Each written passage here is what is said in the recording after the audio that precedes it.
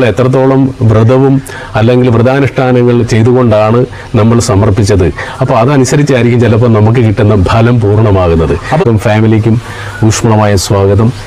ഇന്ന് ഞാൻ എത്തിയിരിക്കുന്നത് നമ്മുടെ ആലപ്പുഴ ജില്ലയിലെ ഹരിപ്പാട് മഹാദേവികാട് കാർത്തികപ്പള്ളിയിൽ ചരിത്രപ്രസിദ്ധവും അതിപുരാതനമായ ഒരു ക്ഷേത്രമുണ്ട്.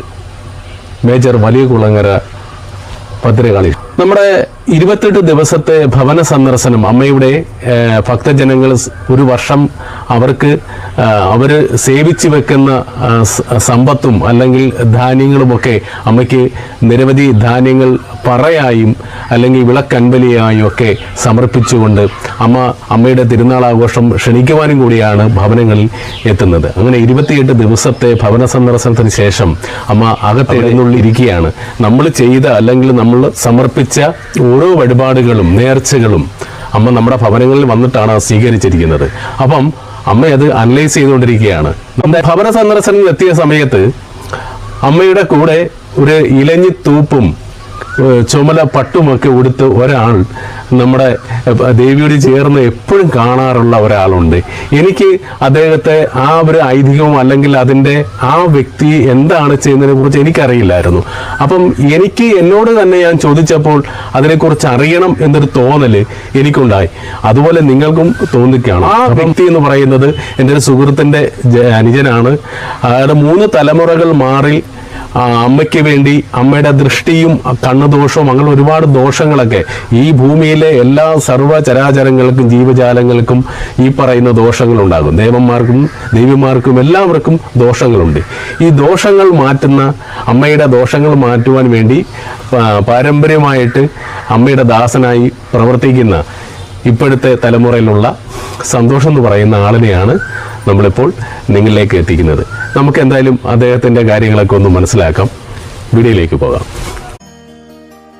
അതിൻ്റെ രീതിയും അല്ലെങ്കിൽ നമ്മൾ ചെയ്യുന്ന ആ ദാസ ജോലിയുടെ കൃത്യമായിട്ട് കേൾക്കുമ്പോൾ തന്നെ മനസ്സിനൊരു കുളിര് പോരും. എന്താണെന്നറിയോ? കാരണം നമ്മള് വലിയകുളങ്ങര അമ്മയോട് അത്രയ്ക്ക് ഒരു തൊണ്ട് എൻ്റെ അപ്പൂപ്പൻ്റെ കാലം മുതലേ. പിന്നെ അപ്പൂപ്പൻ അച്ഛനായി. അച്ഛന് തീരെ വയ്യാണ്ട ഒരു സമയത്ത് തീരെ വയ്യണ്ടായപ്പം എൻ്റെ ഒരിക്കലും അച്ഛൻ ഒറ്റ വാക്കേ പറഞ്ഞില്ല. കാരണം അന്നൊന്നും ഞാൻ പഠിച്ചിട്ടില്ല, ചെറുപ്പമായിരുന്നു, ഞാൻ പഠിച്ചിട്ടില്ല. അച്ഛൻ എന്തൊക്കെ പറഞ്ഞു, അവൻ ഇറങ്ങിയില്ലെങ്കിൽ സന്തോഷം എന്ന് പറഞ്ഞ് ഞാൻ ഇറങ്ങിയില്ലെങ്കിൽ എൻ്റെ അച്ഛൻ പോയി തൂങ്ങിച്ചാകുന്ന എൻ്റെ പെങ്ങെടുക്കെ പറഞ്ഞത്. പക്ഷെ അന്ന് ഞാൻ പഠിക്കാൻ തുടങ്ങി, അന്ന് പഠിച്ചു. ഇപ്പം ദേവിയുടെ കൂടെ 28 ദിവസവും ഞാനുണ്ടായിരുന്നു. ഞാൻ ആദ്യമായിട്ട് ആദ്യത്തെ അൻബലി വീഡിയോ എടുക്കാൻ വരുമ്പോഴാണ് എനിക്കൊരു സംശയം, അച്ഛനാണോ ഇനി വേറെ, എനിക്കൊരു വല്ലാത്ത ഒരു കൺഫ്യൂഷൻ ആയിപ്പോയി. ഞാനായിരുന്നു. അങ്ങനെയാണ്, സന്തോഷമാണെന്ന് മകനാണ്, ഇളയ മകനാണ്. പക്ഷെ വേറെ കാര്യം, നമ്മൾ ഇതിനകത്ത് ഇറങ്ങുമ്പോഴേ അമ്മയുടെ കൂടെ ഇറങ്ങുമ്പോൾ നമ്മള് മനസ്സിനൊരു കുളിർമയും സന്തോഷവും. അതിൽ പരം ലോകത്ത് ഈ പ്രപഞ്ചത്തിൽ വേറെ ഒന്നുമില്ല. ഈ വെട്ടിപ്പിടിച്ചവരും വെട്ടിപ്പിടിക്കാതിരിക്കുന്നവർക്ക് എല്ലാം ഭഗവാന്റെ മുന്നിൽ ഒന്നുമില്ല. ഇതിനകത്ത് വലിയകുളങ്ങര അമ്മയുടെ കൂടെ ഞാൻ ഇപ്പം പിന്നെ നമ്മുടെ പറ കഴിഞ്ഞു. അമ്മയുടെ എല്ലാ ഭവനങ്ങളിലും കയറി സന്ദർശിച്ച് ദേശനിവാസികളും ദേശക്കാരെ എല്ലാരെയും കണ്ട് ധാന്യങ്ങളും എല്ലാം സ്വീകരിച്ച് അമ്മ എത്തിയിട്ടുണ്ട്, അമ്പലത്തിൽ എത്തിയിട്ടുണ്ട്, തിരുനാളിൽ എത്തിയിട്ടുണ്ട്. പക്ഷെ ഇപ്പൊ തിരുവുത്സവം തുടങ്ങിയിട്ട് ഇന്ന് അഞ്ചാം ദിവസമാണ്. ഇന്ന് 5ാം ദിവസമാണ്.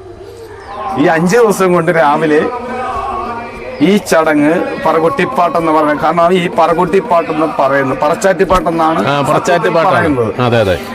അത് അതിന്റെ ഇതെന്ന് പറയുന്നത് എന്താ പറയാ, ചാറ്റുപാട്ട് എന്ന് പറഞ്ഞാൽ ചാറ്റ് നമ്മുടെ കൊട്ടാണ് ചാറ്റ്.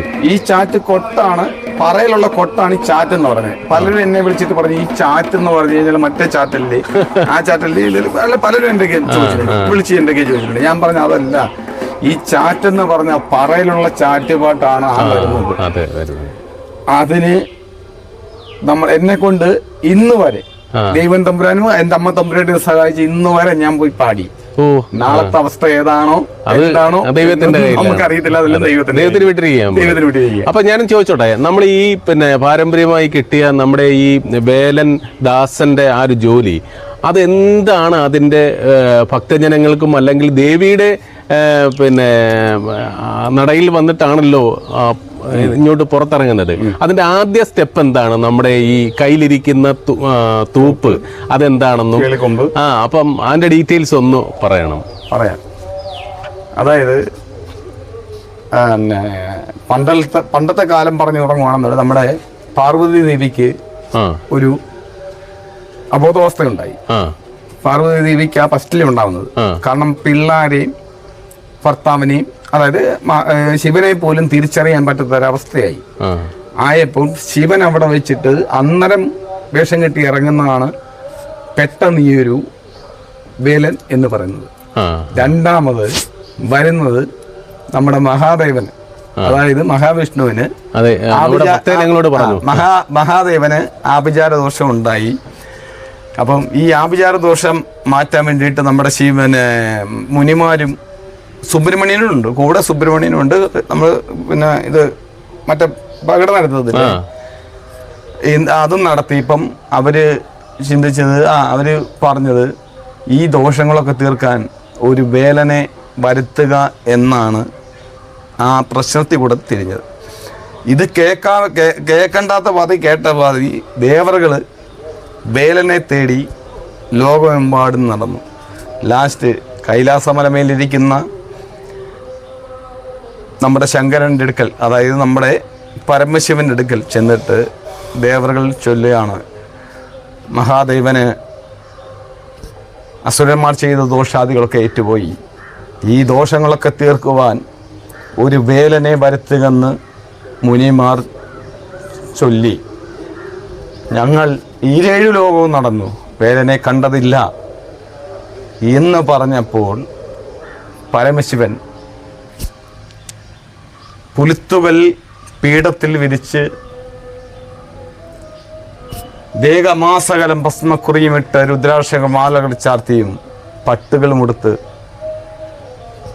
വേലനായി ചമഞ്ഞ് അവനോട് പഞ്ചഭാരത പറയും കേളിയേറിയൊരു കേളിക്കൊമ്പും ശംഖും കരത്തിലെടുത്ത് ശ്രീ പാർവതി ദേവിയെയും വിളിച്ച് മാധവൻ്റെ അടുക്കൽ ചെന്നു. ഇലഞ്ഞി ശിഖരമതി തളുത്തൊരു തുകൽ കൊണ്ട് മാധവനോട് ദേഹമാസകലം ഒന്നൊഴിഞ്ഞിടിനാൻ ശങ്കരൻ.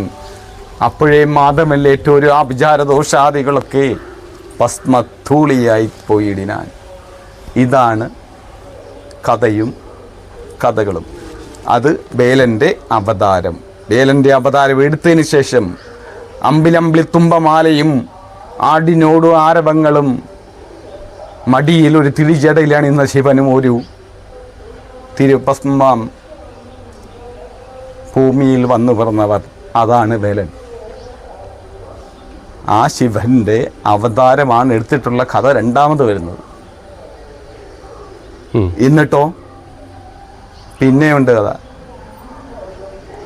അമ്മയുടെ ദോഷങ്ങൾ അകറ്റാൻ, നമ്മുടെ വലിയകുളങ്ങര എമ്പയുടെ ദോഷങ്ങൾ അകറ്റാൻ എൻ്റെ പൂർവികന്മാർ വരുന്നതും ആ ദോഷങ്ങളകറ്റി പറയുന്നതും പാടിയും ഇങ്ങനെ തന്നെയാണ് പാടുന്നത്.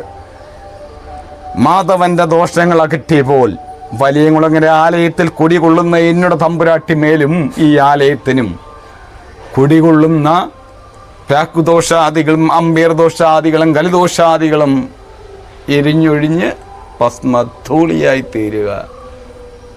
ഈ ദേശത്തിൻ്റെ അധിപതയായ എന്നോട് തമ്പുരാട്ടി, എന്നോട് ഭദ്രേ മഹാകാളി, ഈ ദേശത്തിനും ദേശത്തിൽ വസിക്കും ഗൃഹങ്ങൾക്കും ഗൃഹത്തിൽ വസിക്കുന്ന സന്തതികൾക്കും സന്തതി പരമ്പരകൾക്കും പക്ഷിമൃഗാദികൾക്കും വൃക്ഷലതാദികൾക്കും ഏതിക്കുന്ന കണ്ണീർ ദോഷാദികളും നാബീർ ദോഷാദികളും പ്രാക്കുദോഷാദികളും അമ്പേർ ദോഷാദികളും കലിദോഷങ്ങളും കാലദോഷങ്ങളും ബന്ധനാദികളും സ്പന്ദനാദികളും ഉച്ചാടനാദികളും ശനിദോഷങ്ങളും സർപ്പദോഷങ്ങളും രോഗപീഠാദികളും എരിഞ്ഞൊഴിഞ്ഞ് ഭസ്മധൂളിയായി ഈ പേര് കൂടെ പൂണ്ടിറങ്ങി പോരുക.